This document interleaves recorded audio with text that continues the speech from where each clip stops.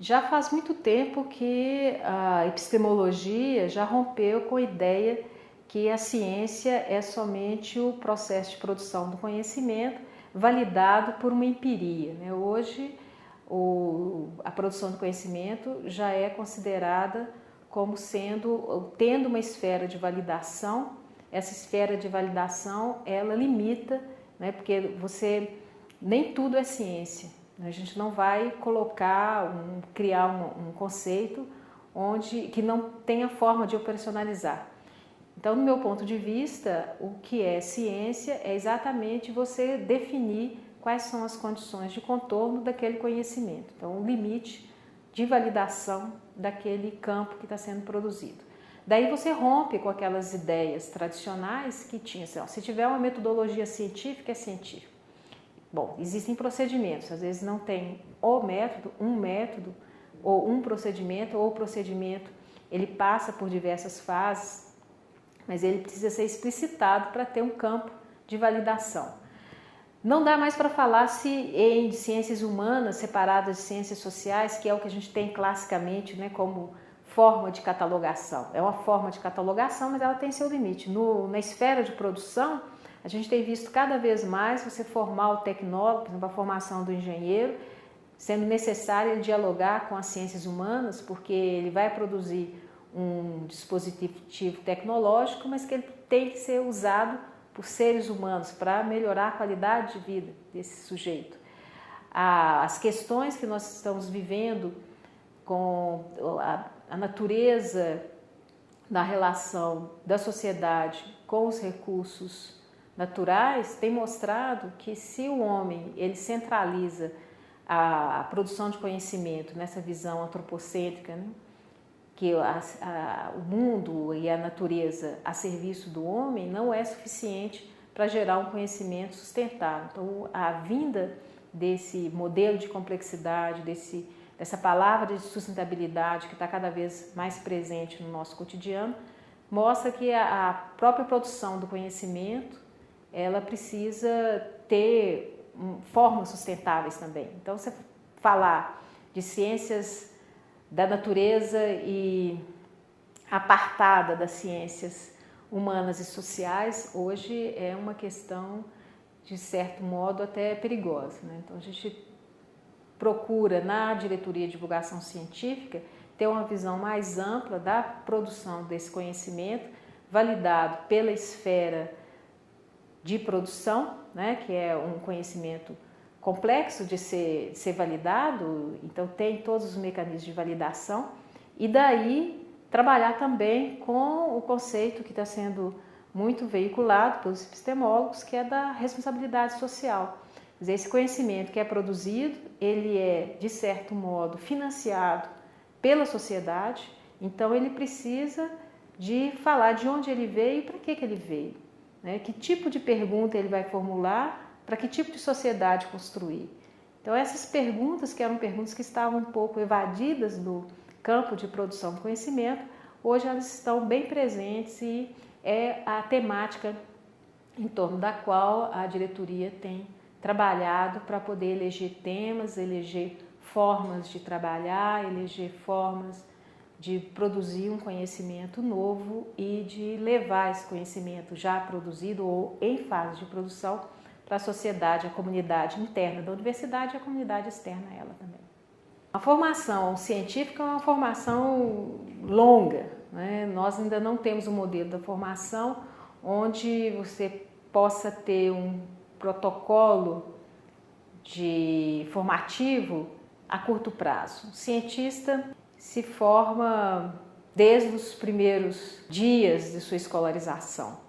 Daí a importância de programas como o FMG Jovem e de apostar no protagonismo juvenil, porque você tem já muitos dados que mostram que as crianças, desde muito pequenas, elas têm muito interesse, elas são questionadoras, elas têm processos investigativos, porque a própria formação do sujeito na sociedade requer essa posição interrogadora da realidade. Mas no momento que a criança vai passando no processo de escolarização, uma série de questões que provocaram a história da disciplina ciência, né, promove um desapego e um desinteresse que vai cada vez mais afastando o jovem das carreiras científicas, né? Esse é um programa que requer um olhar muito cuidadoso para o protagonismo juvenil, colocando o jovem de forma a não perder esse olhar investigativo. A carreira científica, pelo que eu tenho pesquisado, ela passa atualmente no mundo inteiro por uma crise, principalmente porque os jovens eles vivem numa relação de consumo e a ciência é exatamente a produção do não consumo. Você vai criar um objeto novo, um objeto que não existe e que não há uma demanda. E a ciência produz esse conhecimento que aparentemente é um conhecimento totalmente inútil, né? Então, dentro desse pragmatismo que nós vivemos hoje na sociedade, é muito difícil despertar um jovem para o interesse em produzir algo que não existe, né? Essa parte intangível do conhecimento, né? Então, você não está construindo casas, você não está salvando vidas, você não está, em princípio, levando à sociedade uma resposta. Apesar da gente ter uma visão muito positivista da ciência, sempre achando que a ciência vai trazer uma resposta. Mas na formação a gente vê que a ciência ela traz perguntas, né? Então isso é um grande elemento que tem desmotivado os jovens às carreiras científicas no mundo inteiro. A minha carreira em particular, né, foi uma carreira muito longa, como toda carreira científica, né, que passa por uma formação grande que eu passei nos institutos de ciências exatas, até meu doutorado, que também foi numa faculdade de ciências e medicina em Paris, mas sempre com o olhar para o elemento formador. Eu tive o privilégio de ter sido, logo nos primeiros anos da minha passagem pelo curso de Física, aluna e depois monitora da professora Beatriz Alvarenga, e isso eu tenho certeza que marcou a minha carreira e eu sempre tive esse olhar para o processo educativo. Daí essa questão que você colocou, da ligação de uma formação científica na área de ciências exatas, que é a física, e esse olhar nas ciências humanas, que é da educação. Eu acho que hoje o novo paradigma no século XXI da ciência está cada vez mais nesse perfil híbrido.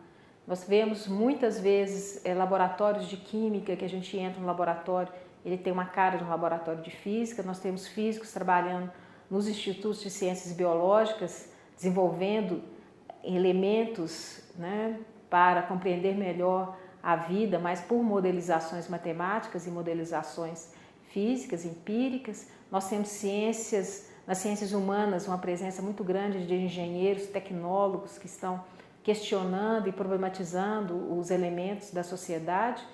A questão da globalização, que é um problema econômico, mas você tem que olhar pelo olhar também da história, da sociologia, ou passando por uma outra questão, a ciência da informação não é só a gestão da informação enquanto código, mas é também as interações sociais que essa informação promove. Então, hoje, cada vez mais, nós temos esse perfil, né, que não dá mais para pensar na especialização disciplinar, que foi o paradigma do século XX, né, e talvez a gente volte um pouco os paradigmas do século XIX, ou mais humanistas, uma formação mais flexível, de que o sujeito possa, né, um cientista hoje, ele precisa dialogar com diversos campos de conhecimento, né? Alguns filósofos falam até na questão fundamental do direito à ignorância, quer dizer, você produzir cada vez mais conhecimento vai requerer você ter diálogo para o outro e saber que você é ignorante naquela área, então você precisa dialogar com o outro, e o outro às vezes é outro campo de conhecimento. Então acho que a carreira científica hoje, para enfrentar os problemas do século XXI, ela tem que ser muito dialógica, ela tem que possibilitar o sujeito a reconhecer os seus limites e dialogar com as diversas áreas de conhecimento. Nós, na Diretoria de Divulgação Científica, temos muitos desafios. E quando nós falamos de protagonismo juvenil ou falamos também de inclusão informacional, nós estamos falando também de dar vozes às minorias ou dar um local de uma esfera de produção de conhecimento dos grupos que até então não tinham espaço para mostrar, para divulgar esse conhecimento, né? Hoje, quando a gente fala em divulgação científica, a gente fala de conhecimentos tradicionais, mas a gente fala também do conhecimento produzido e que não foi validado por um grupo social dominante, mas por outros grupos sociais. Daí vem a temática das mulheres na ciência, né? É uma temática que, desde o final do século XX, tem sido destacada. Não é um movimento de volta aos anos 60, 70 do feminismo, mas é um movimento que tem uma raiz importante nesse quadro do feminismo, mas traz um olhar da diversidade. Hoje, os grupos que trabalham com a questão de gênero consideram que a forma de fazer ciência das mulheres é uma forma diferente. Assim como a forma de fazer ciência dos grupos, das etnias, né, dos que a gente chama hoje dos saberes tradicionais. E essa forma de fazer ciência, durante muito tempo, ela ficou obscurecida por uma série de mecanismos de validação do conhecimento científico que, por si só, suplementavam a visão do masculino, quer dizer, não dos homens, mas do masculino e não do feminino.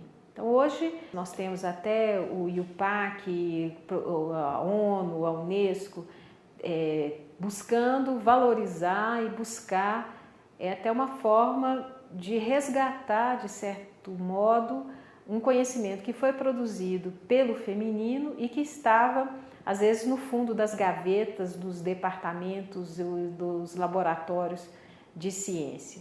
Eu, em particular, trabalho num projeto grande, financiado pelo CNPq, sobre as mulheres nas ciências. Eu, como física, eu elegi o discurso das mulheres no campo da física e que sobreviveram com sucesso dentro desse campo, e analiso o discurso dessas mulheres. E a gente vê que, muitas vezes, a forma de ser validado o conhecimento produzido é assumir os elementos do discurso do masculino, né? Não significa, a gente não está aqui fazendo uma discussão entre homens e mulheres, mas entre os elementos do feminino, né, com base, a gente pode dizer base científica do que quer dizer esse feminino, quais são as formas complexas de dizer o masculino e o feminino, mas que há diferença. Então, de fato, é trabalhar com o modelo de buscar o que é a ciência, incorporando as diferenças, incorporando as diversas formas de ver e de validar um conhecimento produzido. O UFMG Jovem é o principal projeto da Diretoria de Divulgação Científica. É um projeto que iniciou há mais de 10 anos como um programa e foi concebido pela professora Beatriz Alvarenga com o objetivo de ser uma vitrine dos projetos da educação básica no interior da UFMG, assim como os diversos projetos que visam a divulgação da ciência para o público jovem. O programa UFMG Jovem, ele envolve fundamentalmente a Escola de Educação Básica da UFMG. Então, o Centro Pedagógico, que é o ensino fundamental, e o Colégio Técnico, que é o ensino médio. Mas ela é aberta também a todos os laboratórios da universidade que têm programas e projetos de atendimento às escolas públicas e privadas da educação básica. Então, envolve um número muito grande de professores, pesquisadores, programas de pesquisa, programas de extensão e também iniciativas individuais de atendimento à comunidade em geral.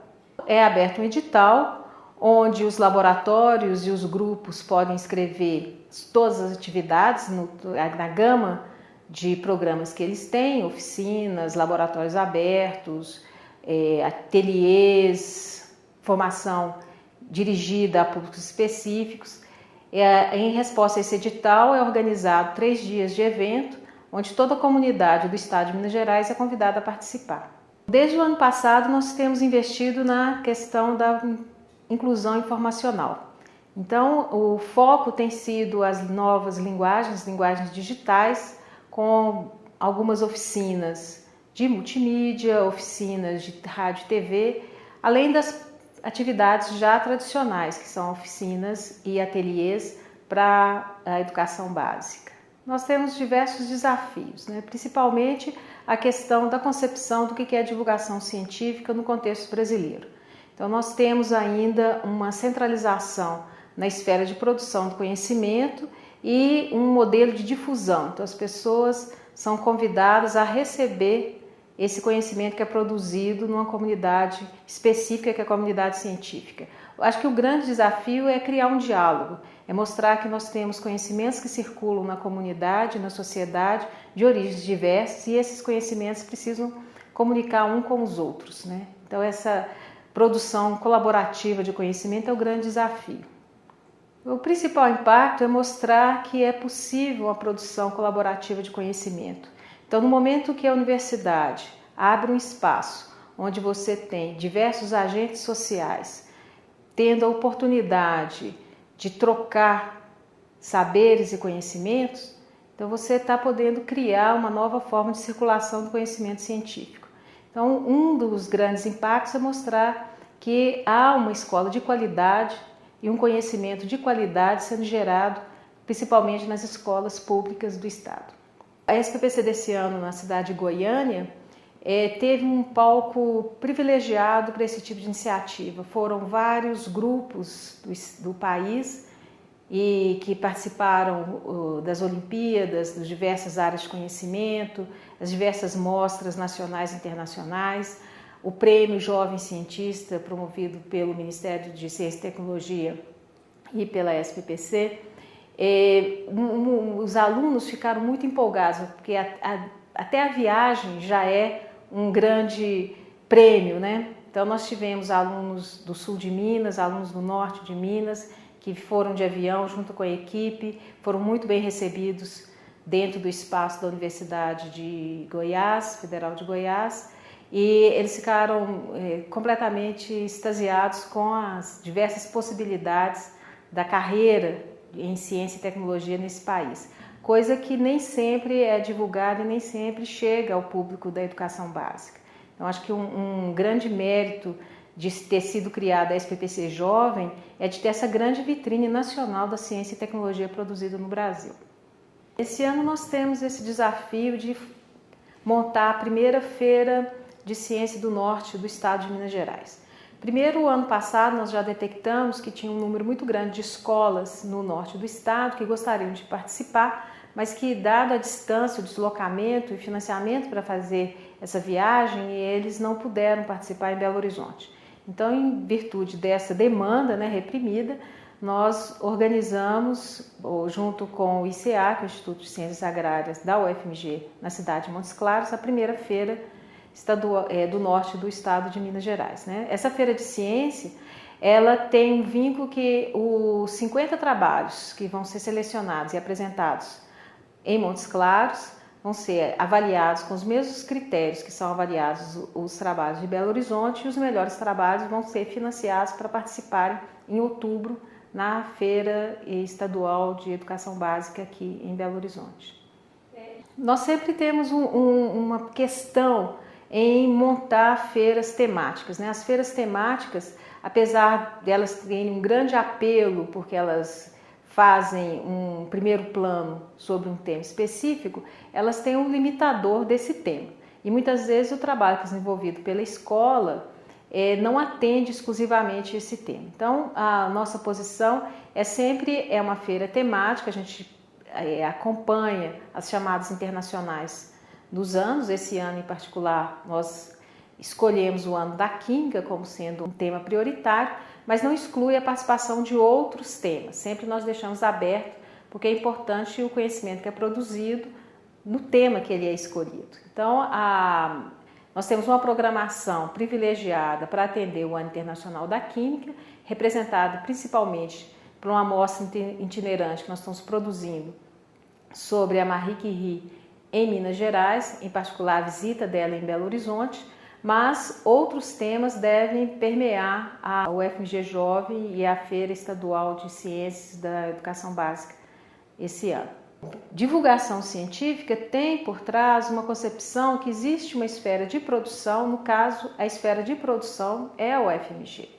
Esse conhecimento que é produzido dentro da UFMG, ele tem uma responsabilidade social de estar disponível ou então em comunicação com a sociedade do entorno e a sociedade mais distante, né? Então, com a sociedade no conceito mais geral. Então, a divulgação científica é programar situações onde essa esfera de produção possa ter um diálogo com outras esferas, né? Porque eu, particularmente, não gosto muito de usar o conceito de leigo, porque leigo tem uma história por trás e todos nós somos leigos em alguma coisa. E a divulgação científica, ela visa promover esse fluxo de uma esfera de produção para uma esfera que você pode pensar até como uma esfera de consumidores, né? A comunicação científica, né, ou a comunicação pública da ciência, que é o termo que a gente tem usado mais, ela tenta trazer uma dialogia. Então você tem os conhecimentos que a gente vai chamar dos saberes tradicionais ou conhecimentos tradicionais ou dos conhecimentos sociais, são esferas de produção que têm mecanismos de validação diferenciados. E o que você quer é você promover uma dialogia, quer dizer, você tem um universo de possibilidades e esse universo de possibilidades pode estar dialogando de uma esfera com outra esfera. Fundamentalmente é essa a diferença. Então a diretoria é uma diretoria de divulgação, ela vai privilegiar o fluxo da informação entre a UFMG, que produz, né, uma esfera privilegiada de produção de conhecimento, e as diversas esferas, com os diversos grupos profissionais, camadas sociais, outros produtores de conhecimento. O Laboratório de Estudos, Museus e Educação, que é o LEME, foi um laboratório criado em 2005 de um grupo de alunos e pesquisadores da Faculdade de Educação interessados na questão do museu como mídia. Quer dizer, o museu pensado como mídia, ele agrega uma série de mecanismos e dispositivos de comunicação pública da ciência, imaginando também ciência num sentido mais largo do que é a produção desse conhecimento. E nós estudamos particularmente os processos de mediação de conhecimentos nesses espaços.